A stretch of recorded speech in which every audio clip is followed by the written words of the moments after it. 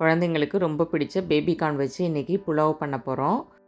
Lunch பாக்ஸ்க்கு கொடுத்து விட்டால் பசங்க கொஞ்சம் கூட மிச்சம் வைக்காமல் சாப்பிட்டு வந்துடுவாங்க. வாங்க எப்படி பண்ணுறதுன்னு பார்க்கலாம். பசங்க ஸ்கூல் கிளம்புறதுக்குள்ளே ரொம்ப குயிக்காக இதை செஞ்சு முடிச்சிடலாம். குக்கரில் 4 டேபிள் ஸ்பூன் எண்ணெயும் 1 டேபிள் ஸ்பூன் நெய்யும் சேர்த்துக்கோங்க. பட்டை, கிராம்பு, ஒரு பிரியாணி இலை, கல்பாசி சேர்த்து 15 பல் பூண்டை நறுக்கி சேர்த்து நல்லா வாசனை வர வரையும் வதக்கி எடுத்துக்கோங்க.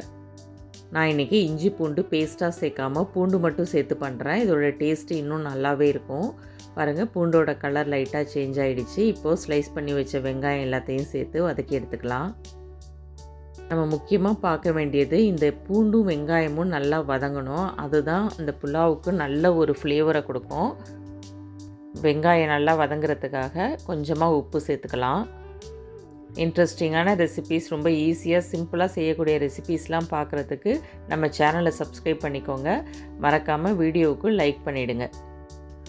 வெங்காயம் நல்லா வதங்கின பிறகு 6 பச்சை மிளகாவை கீரி சேர்த்து அதையும் நல்லா வதக்கிக்கோங்க. இப்போது கட் பண்ணி வச்ச பேபிகார்ன், அது கூட நம்மளுக்கு விருப்பப்பட்ட வெஜிடபிள்ஸ் எது வேணாலும் சேர்த்துக்கலாம். காய்கறியெல்லாம் சேர்த்த பிறகு 2 நிமிஷத்துக்கு நல்லா வதக்கி விடுங்க.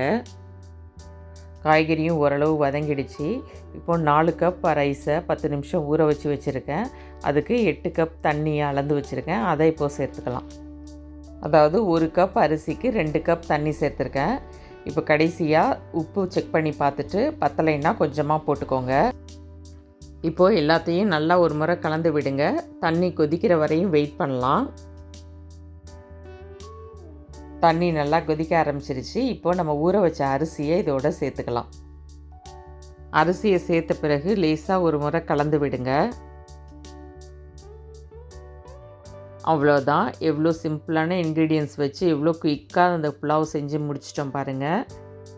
அரிசியை சேர்த்த உடனே குக்கரை மூடிட வேண்டாம்.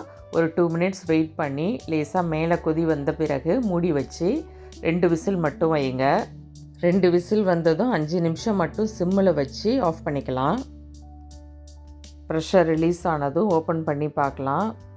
பாருங்கள், பார்க்கவே செம சூப்பராக வந்திருக்கு. உதிரி உதிரியாக பேபிகார்ன் புலாவ் ரெடி. கண்டிப்பாக உங்கள் வீட்டில் ஒரு முறை ட்ரை பண்ணி பாருங்கள். பார்த்துட்டு எப்படி வந்ததுங்கிறத கமெண்ட்ஸில் ஷேர் பண்ணுங்கள். தேங்க்யூ.